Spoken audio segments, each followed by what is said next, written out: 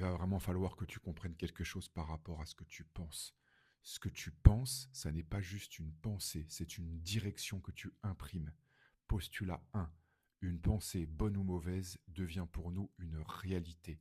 Ça veut dire quoi? Ça veut dire qu'elle aura tendance à se réaliser. Ce que tu crois profondément, ton inconscient va l'exécuter. Postulat 2. La première faculté de l'homme, ce n'est pas sa volonté, c'est son imagination. Ça veut dire que ton cerveau, il fonctionne d'abord en images avant de fonctionner en ordre. Postulat 3.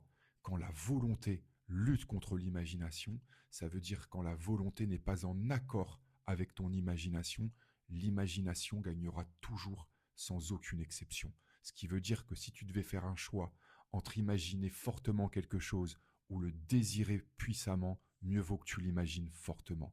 Postulat 4. Quand la volonté et l'imagination sont en revanche en accord, là, ça devient extrêmement puissant parce que ça ne fait pas que s'ajouter, ça se multiplie. Et là, ça peut tout changer. Postulat 5. La bonne nouvelle dans tout ça, c'est que ton imagination, tu n'es pas obligé de la subir. Tu peux la conduire par plusieurs choses. La répétition, les images simples et le calme. Pour clôturer cette vidéo, ce qu'il faut que tu comprennes, c'est que pour réaliser tes projets, il ne te suffira pas d'être simplement optimiste. Il te faudra une discipline mentale qui soit fondée sur 4 piliers. L'imagination, la répétition, la simplicité et la confiance en ton inconscient.